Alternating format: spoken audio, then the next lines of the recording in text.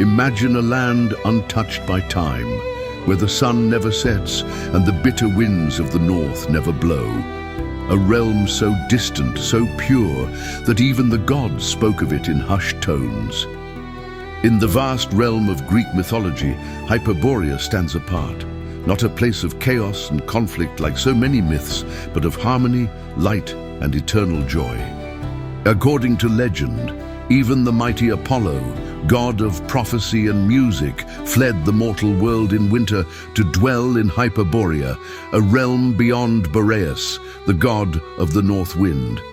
But what was Hyperborea? A forgotten utopia? Or just a myth hiding something far greater? And is Greek mythology truly the only tradition that speaks of this mysterious land? Or do echoes of Hyperborea appear in other ancient cultures as well?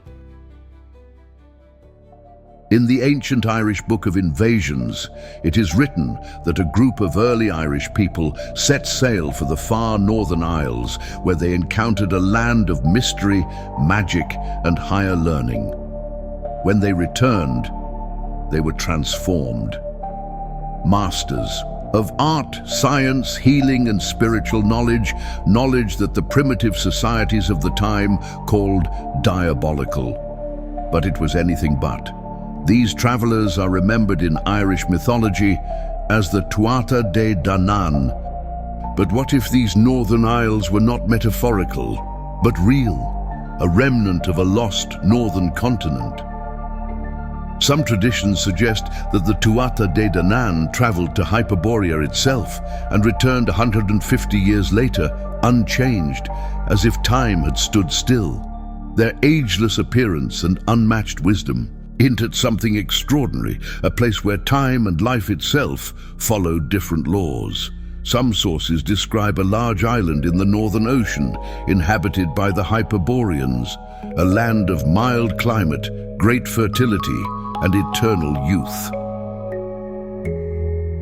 For centuries, the myth of Hyperborea drifted through the imagination of explorers, poets, and philosophers alike. But was it all just myth?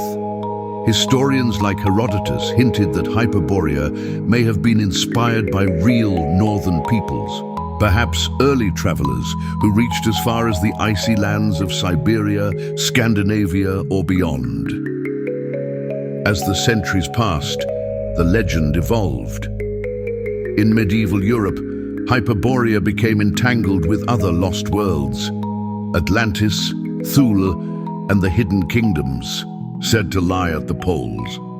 Much of this lore was preserved and passed down thanks to a 14th century Franciscan monk named Jacobus Knoyen.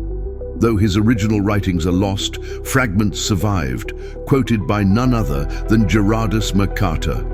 Yes, that Mercator, the visionary mapmaker behind the 1569 world map that revolutionized navigation, the same projection system used today by Google Earth.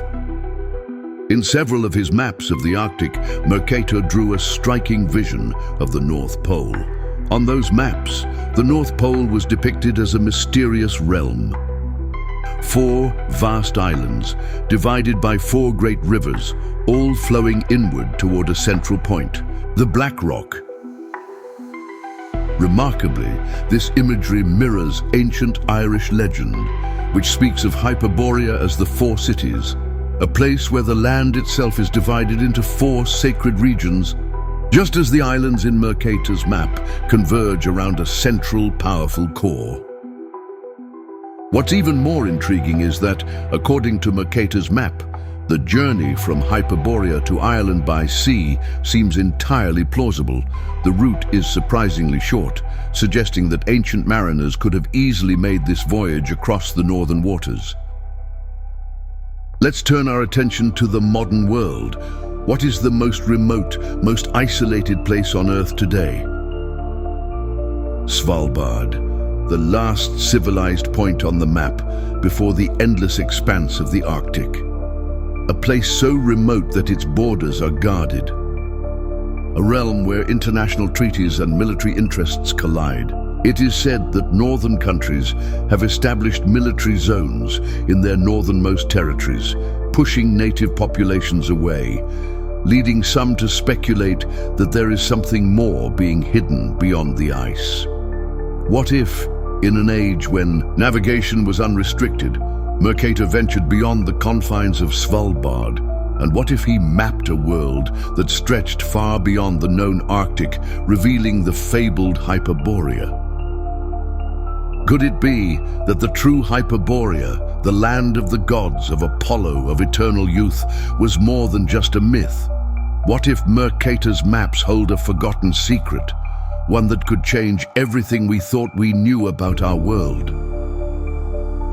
If you're drawn to questioning what we take for granted, exploring the edges of science, history, and the impossible, subscribe and join us on this journey.